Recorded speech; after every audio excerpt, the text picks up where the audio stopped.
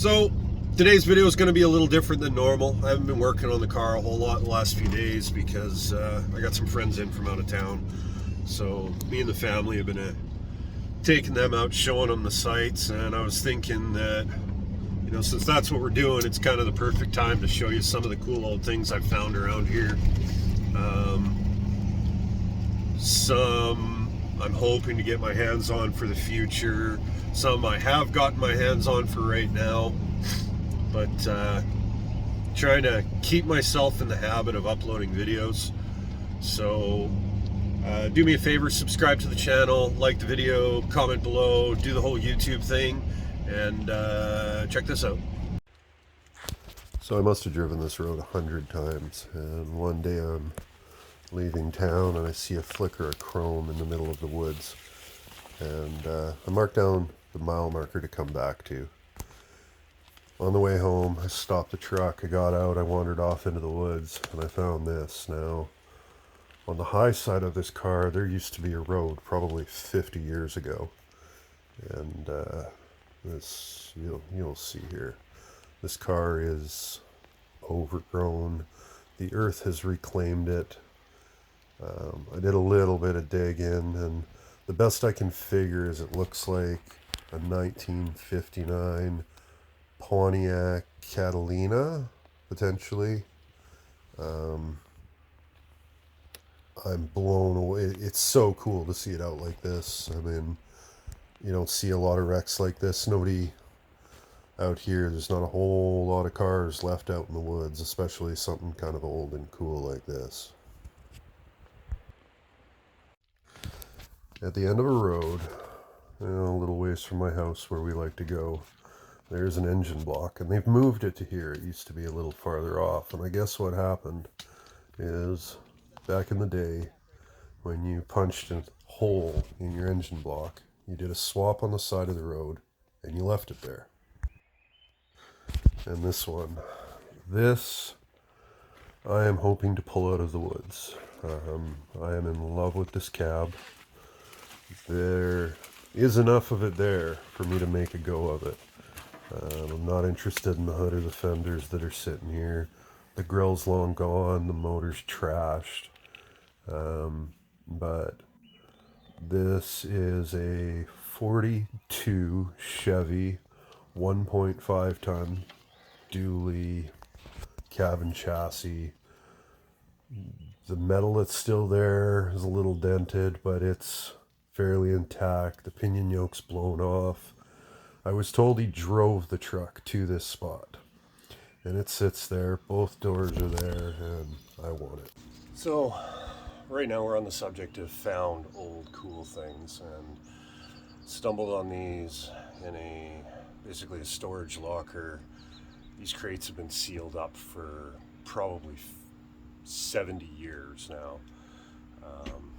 Actually held together with flathead screws. The labels, everything on them's cool. I think I got a love for old stuff, so I'm going to show you what's inside of these and why I was interested. So I've already taken all the screws off, all wrapped in corrugated paper, and inside of here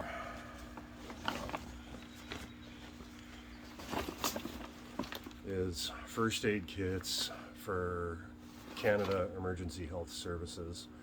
I'll open one of these up, show you what's inside.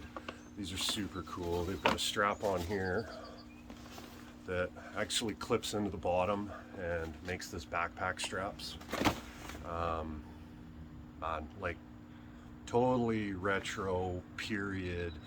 These would have been issued from about 1950 till 1960 or so, and distributed all around Canada for all kinds of things. So I'll open one of these up in a minute, but first I'm going to show you what's in this other crate, which honestly is equally as cool. Now this one, instead of the paper, it's this weird, I don't know, infused fabric stuff wrapped in tar or something. This was actually glued shut, and And as you can see, this is the first time this has been opened in, 60 or 70 years.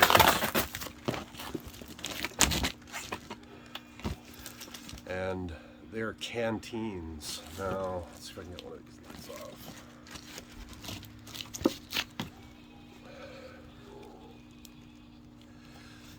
Maybe I'll do that off camera. So these are aluminum canteens, stamped Rigby and Mellor 1956. I'll get some close-ups here. Wrapped in wool with leather straps, and yeah, I actually wanted one of these for in the car for carrying spare water in the back, or I might use it for an overflow tank. It's got a cork stopper. It'd be really easy to modify, and I could literally change up the strap a little bit, strap it right into the front of the car, and use it as my radiator overflow. I haven't quite decided yet, but super cool. Way too cool to not bring home. If we're starting with the canteen, you can see like it's wool and leather, and it's super cool. I got this free, and we've got a little cup, and this is old enough that it actually has a cork, and it's weird that upper section is actually double walled. And if we take this apart here,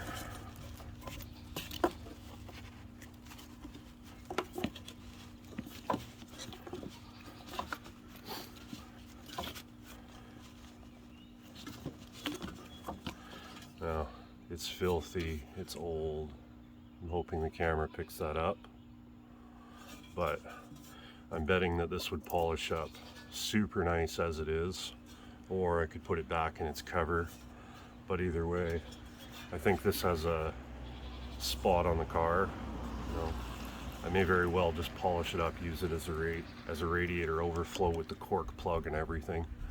I'm thinking that might be a good idea. But keep your mind open.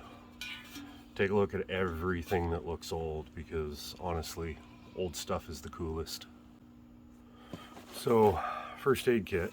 The badging is cool, 1950. I love old military stuff. Backpack strap. Now, if I open this up, the side, there's Health Canada badges and safety pins. Old enough that realistically something like this could be left over from World War II. I mean, they didn't throw anything away back then, and it's quite obvious they built it to last. I mean, this stuff looks like brand new. Pocket on the other side that's empty, but if we open this up,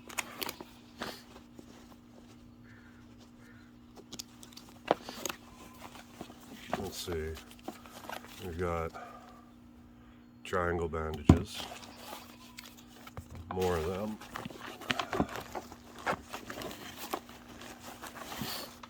Another one. These are dressing shells, and the instructions are awesome. Like, same thing. They've got a little spot where you can tear it open. These are all sealed. More of them. More of them. Military standard. And then on the back side, a dozen plain gauze bandages, individually wrapped, sterilized, made in Canada, Johnson & Johnson. And the cool thing about this bag, oh, there's another one in there. Cool thing about this bag is it's actually partitioned. So it's separate, two sides. So on this side,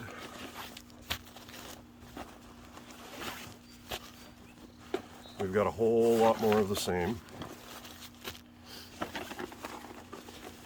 And at the bottom,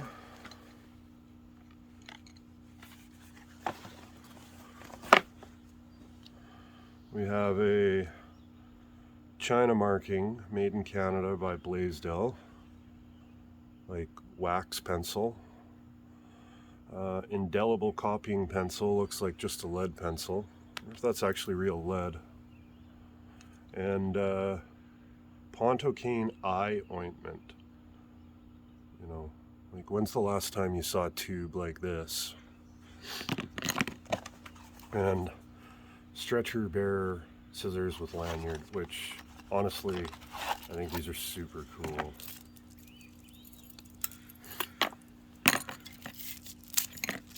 Like, these are old school. These are tight. They're screwed together. They're not pinched in some Chinese factory. And these are made in Germany. And I mean, I've seen so much good quality stuff. Like this is just when you can feel a quality tool. But yeah, so I'll just wait for that truck. The benefits of living right on the main drag in a small town. This is pretty much rush hour. I've seen 3 vehicles this morning. Yeah, so all of this is in this backpack. It goes back in just the same. And since, you know, like this bandage is marked December 1956. Yeah, they basically all are. All of these, like this stuff. So I guess the crate's been 1956. It would have been sealed up. So I think I read online this was Cold War scare. This was like these particular kits were distributed across Canada. They went to small towns. It was disaster preparedness basically. And that's where they sit to this day. I guarantee you there's small towns across Canada that have crates just like this that are just sitting doing nothing. And like honestly, I kind of want to use one of these first aid packs as a backpack for on my motorcycle because it's light, it's compact, and it's built perfectly. It's not built like a modern day garbage backpack. But all the rest of this stuff, like I may very well put the first aid kit back together, strap it into the car, and leave it there as an actual first aid kit in case of emergency. You know, rat rods are sharp and you cut and bleed. Seriously, I love old stuff. The wood, I love all the badging, I love all the marks. Even the packing stuff was cooler back then. I mean, packing voucher, the cloth they wrapped this stuff in, like this is some kind of tar glue stuff. Blanket boxes, more blanket. Emergency health services. Oh, casualty collecting unit. Well, I mean, that is a reality. When your buddy comes up to visit you and you ask him to bring you some steel, thank you, Dustin. Now I can make some of the structural parts I needed. Okay, since one of my really good friends, he's actually got a fab shop, Dustin at Backdoor Fab. He doesn't do YouTube, but he does Instagram, Facebook. One of my oldest best friends, and I'll put a link down in the description here. You can check him out. He does some super cool stuff. He was coming up for a vacation to hang out and check out the little village we live in, and he brought me that metal.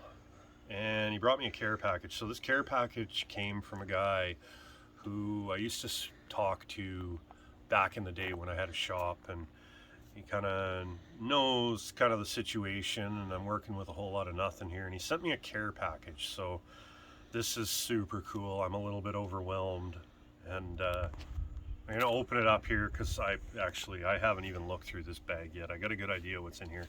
But he sent shop towels because everybody needs shop towels. Box of bolts.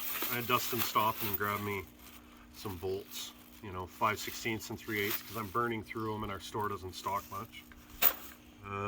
What do we got in here? We have work gloves because someone is concerned about my safety because I sure aren't. More gloves. which is awesome. The kids can help me work here. We've got a striker for a torch, the level, which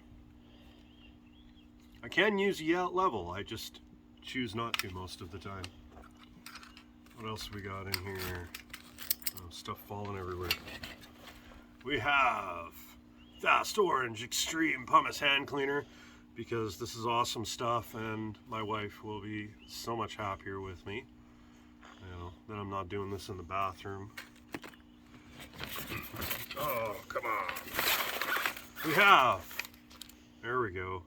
We have a 50 pack of Mastercraft Maximum cutoff wheels, because he laughed at my choice to use the Mastercraft wheels, but they're thin, they're cheap, and when they're on sale, I don't care if I burn through them 4 times as fast as any other wheel, considering they are about 1/10 the price when they go on sale, which is super cool, and it doesn't hurt when they break.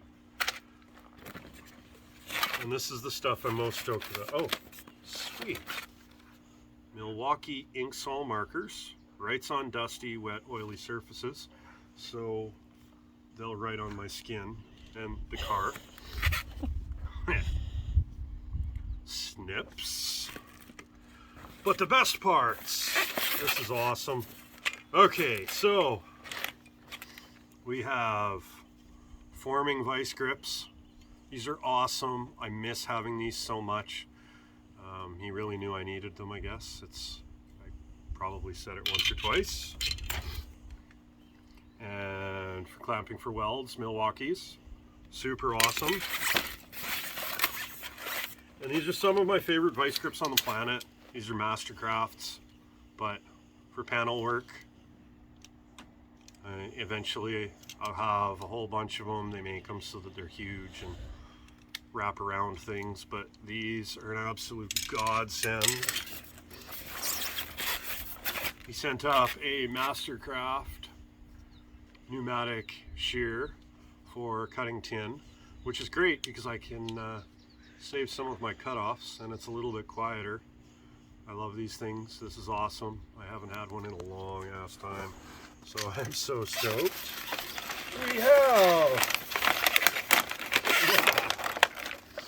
We have more vice grips, because you can never, ever, ever have enough vice grips.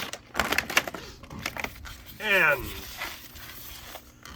oh, there's random zap straps on the bottom of this, but we have hammers and dollies, which I really needed. It's getting to that point. Actual body hammers. So, oh, there's 3 of them in here. That's awesome. Square head, round head, square head, edges, point, round. This is so awesome. I haven't had real body hammers in forever. And this kit has dollies, more dollies, more dollies. These are great. There is no such thing as too many dollies ever. I absolutely love this. Man, Douglas, you are an absolute lifesaver. I love this, believe me. I am going to put this all to work right away, because everything here I can use pretty much immediately. So it's I wanted to open it up tonight. I'm like a kid at Christmas, but yeah, I figured I'd show it off. And thank you, my friend. Thank you so much. There's not words. Just thank you. As I was getting ready to come outside, I had a few things I wanted to do today. Truck pulls up and my great big dogs start barking, let me know he's here. Guy walks up to the door and says, "Hey, are you interested in some car parts? I've got these small block Chevy parts I'm going to throw in the bin if you don't want them." So we've got a set of probably early center bolt heads, valve covers, carbed intake, and a flywheel,